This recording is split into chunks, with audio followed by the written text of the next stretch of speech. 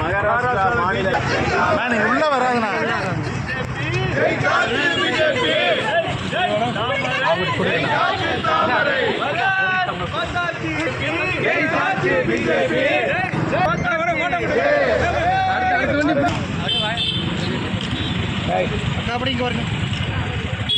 ஓகேவா? Okay okay okay okay thank you.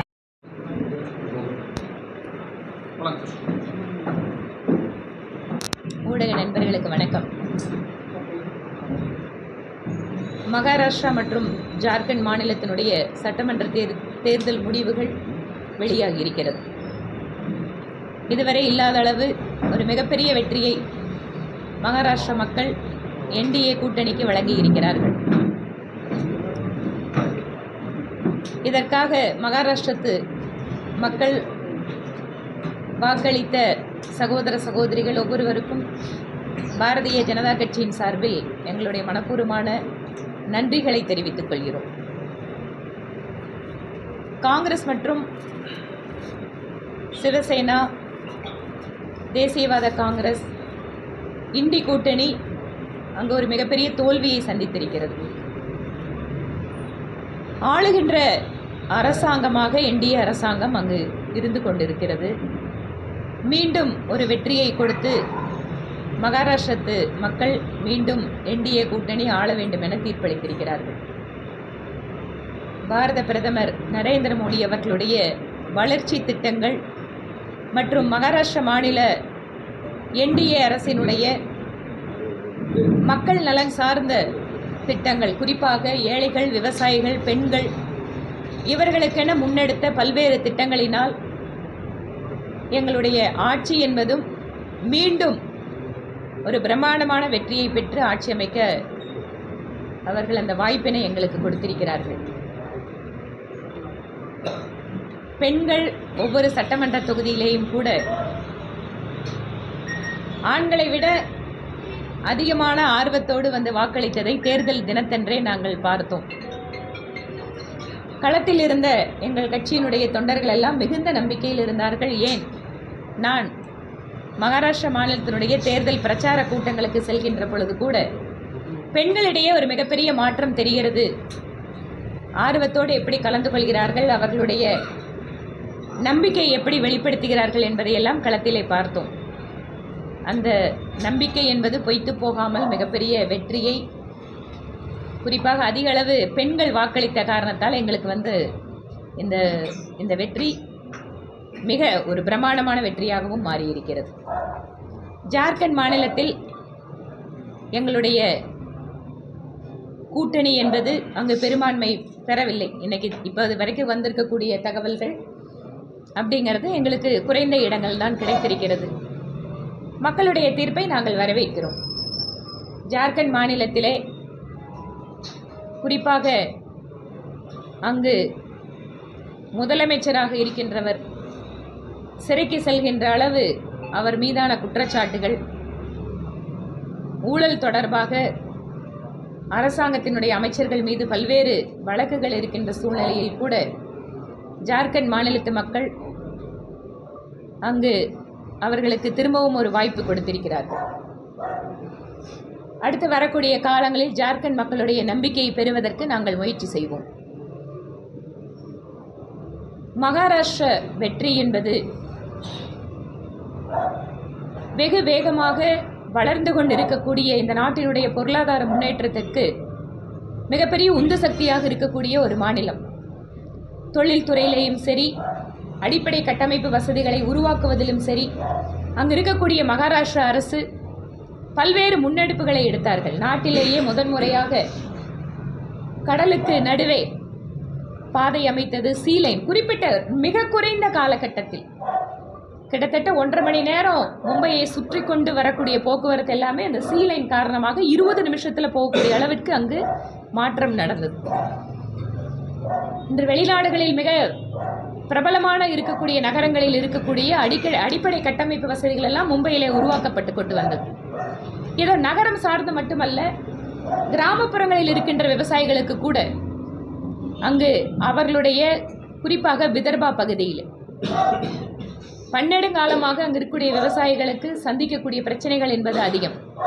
ஒவ்வொரு பகுதிக்கும் தனித்தனியாக முக்கியத்துவம் கொடுத்து மகாராஷ்டிரத்தினுடைய என்டிஏ அரசு ஒவ்வொரு குறிப்பிட்ட பிரிவு சார்ந்த மக்களுக்கென தேவைகளை கண்டறிந்து கொண்டு அவர்களுக்கென்று திட்டங்களை வழங்கி இருக்கிறது. அதிலும் முக்கியமாக லால்டி பெகன் யோஜனா என்கின்ற பெண்களுக்கு மாதம் உதவித்தொகை கொடுக்கின்ற ஒரு திட்டம். இன்று நாட்டிலே பல்வேறு மாநிலங்களில் இந்த திட்டம் அமல்படுத்தப்பட்டாலும் கூட மகாராஷ்டிரத்திலே பெண்களிடையே ஒரு மிகப்பெரிய வரவேற்பினை பெற்றிருக்கிறது. பெண்களுக்கு என்று அவர்களுடைய பாதுகாப்பிற்கு ஃபினான்சியல் அசிஸ்டன்ஸ் ஸ்கீம் மட்டும் கிடையாது. அங்கு அவர்களுடைய பாதுகாப்பு, சட்டம் ஒழுங்கு, இளைஞர்களுக்கென தனியாக கிளஸ்டர்களை உருவாக்கி சிறப்பு திட்டங்களை அமல்படுத்தியது என பல்வேறு காரணங்களால் மகாராஷ்டிரா அரசுக்கு இருந்த அந்த அரசின் மேல் இருந்த நம்பிக்கையை மீண்டும் மக்கள் உறுதிப்படுத்தி இருக்கிறார்கள். இடைத்தேர்தல்களில் கூட பிஜேபி அதிகமான வெற்றிகளை பெற்றிருக்கிறது. உத்தரகாண்ட் மாநிலத்திலே எங்கள் மாநில மகளிர் அணி தலைவி கேதார்நாத்தினுடைய எம்எல்ஏவாக வெற்றி பெற்றிருக்கிறார்.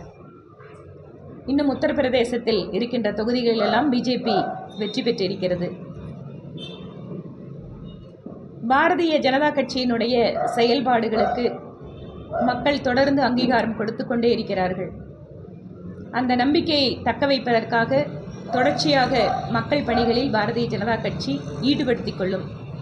இப்போது கட்சியினுடைய உட்கட்சி தேர்தல்கள் நடந்து கொண்டிருக்கிறது. ஒவ்வொரு பூத்திலேயும் கிளைத் தலைவர்களுக்கான தேர்தல் நடந்து கொண்டிருக்கிறது. கோவை மாநகர் மாவட்டத்தை பொறுத்தவரை மிக சிறப்பாக மாவட்ட தலைவருடைய தலைமையிலே இங்கு இருக்கக்கூடிய அத்தனை நிர்வாகிகளுடைய குழுவும் தீவிரமாக ஒவ்வொரு பூத்துக்களிலேயும் கிளை தேர்தல்களை நடத்தி கொண்டிருக்கிறார்கள். ஒவ்வொரு கிளையிலேயும் ஒரு ஆக்கப்பூர்வமான கிளை கமிட்டிகள் வாயிலாக மக்களை சந்திப்பதற்கும் மக்களுடைய பணிகளை மேற்கொள்வதற்கும் இந்த பூத் கமிட்டிகள் எங்களுக்கு உறுதுணையாக இருக்கும். டிசம்பர் 1 to 15 வரை ஒவ்வொரு மண்டலிலும் இருக்கக்கூடிய தலைவருக்கான தேர்தல் நடைபெற இருக்கிறது. டிசம்பர் 15 to 30 வரை மாவட்டத்தினுடைய தலைவர் தேர்தல் நடக்க இருக்கிறது. இதற்கென்று தேர்தல் அதிகாரிகள் நியமிக்கப்பட்டு அவர்களுக்கான பயிற்சி வகுப்புகள் எல்லாம் நடந்து கொண்டிருக்கிறது. முழு வீச்சிலே உலகத்திலேயே மிகப்பெரிய ஒரு கட்சி இன்று சைனாவில் இருக்கின்ற கம்யூனிஸ்ட் கட்சியை விட அதிகமான உறுப்பினர்களை பாரதிய ஜனதா கட்சி வைத்திருக்கிறது. கிட்டத்தட்ட இதுவரை 12 கோடிக்கு அருகில் உறுப்பினர்கள் இந்த கட்சியில் இணைந்திருக்கிறார்கள். உலகத்தினுடைய மிகப்பெரிய அரசியல் கட்சி ஜனநாயக ரீதியாக இயங்குவது என்பதே ஒரு மிகப்பெரிய சாதனை.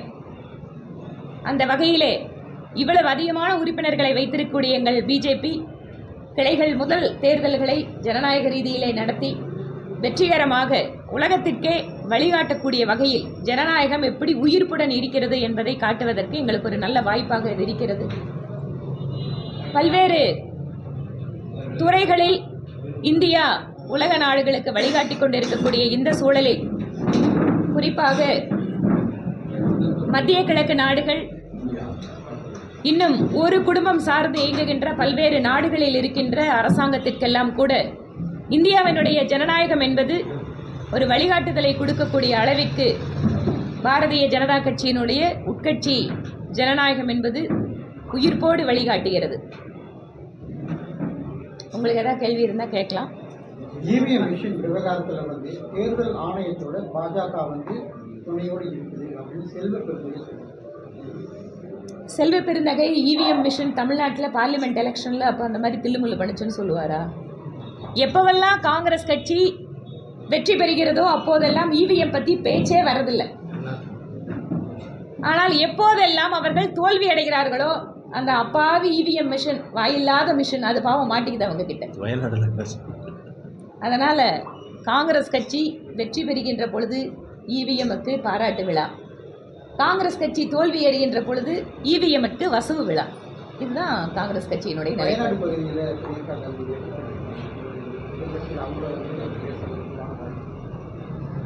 வயநாடு தொகுதியில் டெல்லியிலிருந்து ஒரு தலைவர் அந்த பகுதியில் போன முறை நின்னார்.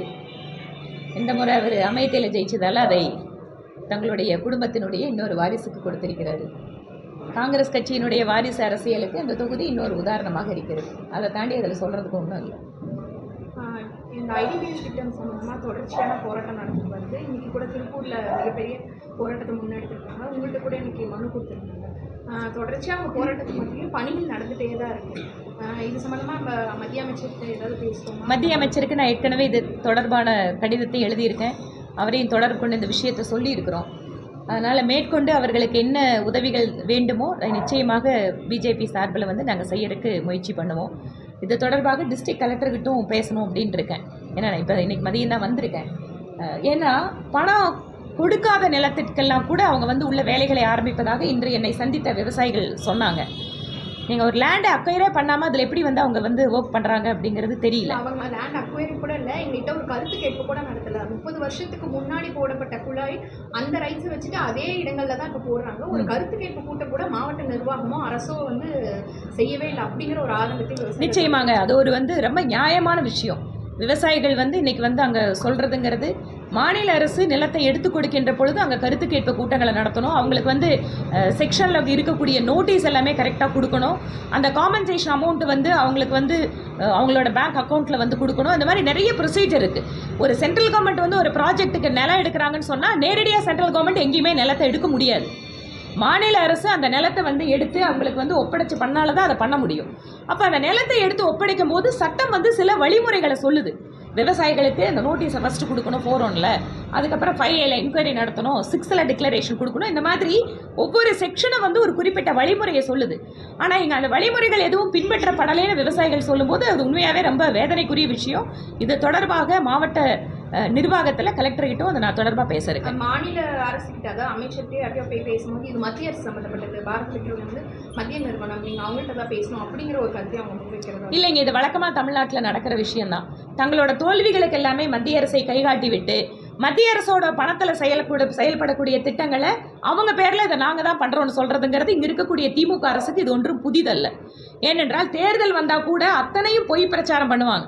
போய் உங்களுக்கு வந்து மகாத்மா காந்தி ஊரக வேலைவாய்ப்பு திட்டத்தை மோடி அவர்கள் நிறுத்துறாருன்னு. ஆனால் ஊரக வேலைவாய்ப்பு திட்டத்தில் சம்பளத்தை அதிகப்படுத்தி கொடுத்து இருக்கிறது வந்து மோடி அவர்களுடைய அரசு. ஆனால் என்னமாங்க இதை நிறுத்திட போகிறாரு மோடி அப்படின்னு போய் பிரச்சாரம் பண்ணுவாங்க. அதனால் மக்களுக்கு இந்த ஊடகங்கள் வாயிலாக சொல்லுவது மத்திய அரசினுடைய திட்டங்கள் இருந்தாலும் கூட கட்டமைப்பு வசதிகளாக வேண்டும். தங்களுடைய ஒரு இயலாமைக்கு தங்களுடைய தவறுகளுக்கு மத்திய அரசு மேலே ரொம்ப சுலபமாக பழி போட்டு தப்பிக்கிறங்கிறது இங்கே இருக்கக்கூடிய அமைச்சர்களுக்கு அரசுக்கு வாடிக்கையாக இருக்கிறது. மகாராஷ்டிரா தேர்தலில் வந்து பெண்கள் அதிக அளவில் வாக்கு செலுத்தியிருக்காங்க. அது குறிப்பாக அந்த 1500 ரூபா வந்து அந்த உரிமை தொகை அப்படிங்கிற மாதிரி ஒரு பேசுபொருளாக இருக்குது. அப்படிங்கிறபோது தமிழ்நாட்டில் வரக்கூடிய தேர்தலில் வந்து அனைத்து கட்சிகளுமே வந்து அந்த மகளிர் உரிமை தொகையோ இல்லை பெண்களுக்கான தொகையை வந்து கையில் இருக்க வாய்ப்பு இருக்குது. நீங்கள் நாடு முழுக்கவே ஒரு விஷயத்தை நான் ஒரு மகளிரணி தலைவராக நாடு முழுவதும் பார்க்குறதோடு சேர்ந்தே பகிர்ந்துக்கிறேன்.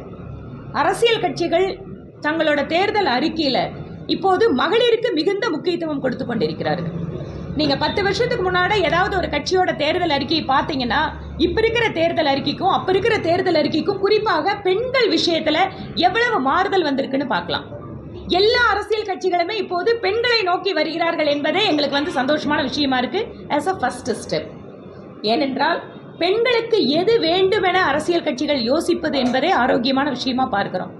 அதனால் தமிழ்நாட்டில் மட்டும் இல்லை பல்வேறு மாநிலங்களில் இந்த உரிமை தொகை என்பது கொடுக்கப்பட்டு கொண்டு தான் இருக்கிறது. இதில் ஒரு சந்தோஷமான விஷயம் என்னென்னா தமிழகத்திற்கு முன்பாகவே மத்திய பிரதேசத்தில் இந்த உரிமை தொகையை ஆரம்பித்து வைத்தது பாஜகவினுடைய அரசு. அதனால் மத்திய பிரதேசத்தில் முதல் இந்தியாவில் கொடுத்தது பிஜேபி கவர்மெண்ட் தான். பெண்கள் கையிலே பணம் என்பது அவங்களுடைய குடும்பத்துக்காக செலவழிக்கக்கூடிய தொகை. அதுதான் இங்கே முக்கியமாக நம்ம பார்க்கணும். பெண்கள் கையில் கொடுக்கின்ற ஒவ்வொரு பைசாவும் குடும்பத்தினுடைய உணவுக்காக, குழந்தைகளுடைய நலனுக்காக, அவர்களுடைய ஆரோக்கியத்திற்காக செலவழிக்கப்படுகிறது. அதனால தான் சமுதாயத்தில் மிகப்பெரிய தாக்கத்தை ஏற்படுத்துகிறது. இங்கே திமுக அரசு கொடுக்குற உரிமை தொகைன்னு சொல்கிறீங்க. ஆனால் இல்லை, நீங்கள் தமிழ்நாட்டில் எலெக்ஷனில் இது ஒரு காரணமானா நிச்சயமாக காரணமாக இருக்கும். ஆனால் ஒரு பெண்கள் உரிமை தொகையை தாண்டி அந்த பெண்கள் கிட்ட வேறு வழியிலெல்லாம் இந்த அரசாங்கம் வாங்கிட்டு இருந்துன்னு சொன்னால் மக்கள் புரிஞ்சுக்குவாங்க. நம்மக்கிட்ட இருந்து 20,000 ரூபாய் கொள்ளையடிச்சிட்டு 1000 ரூபாய் கொடுக்குது கவர்மெண்ட்டு அப்படிங்கிறதையும் தமிழகத்தை பெண்கள் புரிந்து கொள்வார்கள். சேலம் பள்ளியில் ஆசிரியரை வந்து காலம் குறித்து ஆசிரியர் வந்து பணியிடை நீக்கம் பண்ணியிருக்காங்க. நீங்கள் வந்து ஆசிரியரை வந்து குத்துறது, கொலை பண்ணுறது, டாக்டருக்கு வந்து மேலே தாக்குதல் நடத்துறது, இது வந்து இன்றைக்கி சர்வசாதாரணமாக தமிழ்நாட்டில் நடந்துட்டு. திமுக அரசு அப்படின்னாவே சட்டம் ஒழுங்கு தமிழகத்தில் அது வந்து இருக்காது அப்படிங்கிறதும், ரவுடிகளுடைய ஆட்சி நடக்கும் அப்படிங்கிறதும், இதெல்லாம் வந்து ப்ரூவ் பண்ணுறதுக்கான இன்சிடெண்ட் தான் அதெல்லாம். தமிழகத்தில் அமைதி பூங்கான்னு சொல்கிறது எல்லாமே திமுக அரசு வந்துச்சுன்னா அது அமைதி பூங்காலாம் வந்து அது வேறு மாதிரி பூங்காவாக மாறுது, ரவுடிகள் பூங்காவாக மாறிடுது. கேரளாவில் தொடர்ந்து பாஜக ஒரு பின்னடைவான கேரளாவில் நீங்கள் கிடைக்கல, வயநாட்டிலையும் கிடைக்கல அப்படிங்கிறது. கேரளாவில் இது பின்னடைவு அப்படின்னு சொல்ல முடியாது. கேரளாவோட டெமோக்ராஃபி உங்களுக்கு தெரியும். எந்த அளவிற்கு வந்து அங்கே ஒரு அரசியல் கட்சிகள், அதுவும் தேசியம் பேசுகின்ற அரசியல் கட்சிகள் கூட மதம் சார்ந்து இயங்கிக் கொண்டிருக்கிறார்கள் அப்படிங்கிறத பார்க்குறோம். அதனால் கேரளத்தில் இன்று நிலைமை மிகப்பெரிய அளவு மாற்றம் வந்திருக்கிறது. முதன்முறையாக பாராளுமன்ற தேர்தலில் பாரதிய ஜனதா கட்சி ஒரு எம்பியை பெற்று இன்னைக்கு வந்து திரிசூர் எம்பி அப்படிங்கிறத மக்கள் தேர்ந்தெடுத்திருக்காங்க. இன்றைக்கு அதிகமான வாக்கு சதவீதம் வந்து நிறைய தொகுதிகளில் கொடுத்துருக்காங்க. அதனால் கேரளா என்பது வெகு வேகமாக பிஜேபிக்கு முன்னேறி கொண்டு இருக்கக்கூடிய மாநிலமாக இப்போது நாங்கள் பார்க்கிறோம். பாலக்காடுல கம்யூனிஸ்ட் 3வது இடம், பிஜேபி பிறகுதான் பிஜேபிக்கு பின்னால தான். உத்தரப்பிரதேசத்துல கிடைச்சிருக்கு, மகாராஷ்டிரா பெரிய வெற்றி கிடைச்சிருக்கு. ஆளுகிற அரசு பின்னால் 3வது இடத்துல இருக்குது. தென் மாநிலங்களில் பிஜேபி இப்போதுதான் வளர்ந்து கொண்டிருக்கிறது. நான் ஒன்றும் மாற்றமாக சொல்லலை. நாங்கள் இங்கே ஆளுங்கட்சியாக இருந்தோன்னு எங்கே சொல்கிறதுக்கு எங்களுக்கு இல்லை. கர்நாடகத்தை தாண்டி மீது எல்லா மாநிலங்களிலேயும் எங்களுடைய வாக்கு சதவீதத்தை நாங்கள் உயர்த்தி கொண்டே இருக்கிறோம். அது நம்பிக்கை அளிக்கக்கூடிய விதத்தில் இந்த வாக்கு சதவீதம் உயர்ந்து கொண்டிருக்கிறது. அதனால் தென்னிந்தியாவிலே வருங்காலம் என்பது பாரதிய ஜனதா கட்சிக்கு தான். அதில் எந்த மாற்றமும் கிடையாது. காலம் வேண்டுமானால் மாறுபடலாம், ஆனால் என்றாவது ஒரு நாள் தென்னிந்தியா முழுமையும் அத்தனை மாநிலங்களிலேயும் பிஜேபி ஆட்சி அமையப் போவது என்பது உறுதி. நாடாளுமன்றத்தில் கனிமொழி அவர்கள் பேசும்போது கர்ஜினி மொழி அப்படின்னு முதல்வர் சொல்லியிருக்கிறார். கனிமொழி நானும் மீடியாக்களில் பார்த்தேன். மாநிலத்தினுடைய முதலமைச்சர் எம்பிக்களுக்கு வந்து கடுமையாக பேச வேண்டும் என உத்தரவிட்டிருக்காரு. அப்படி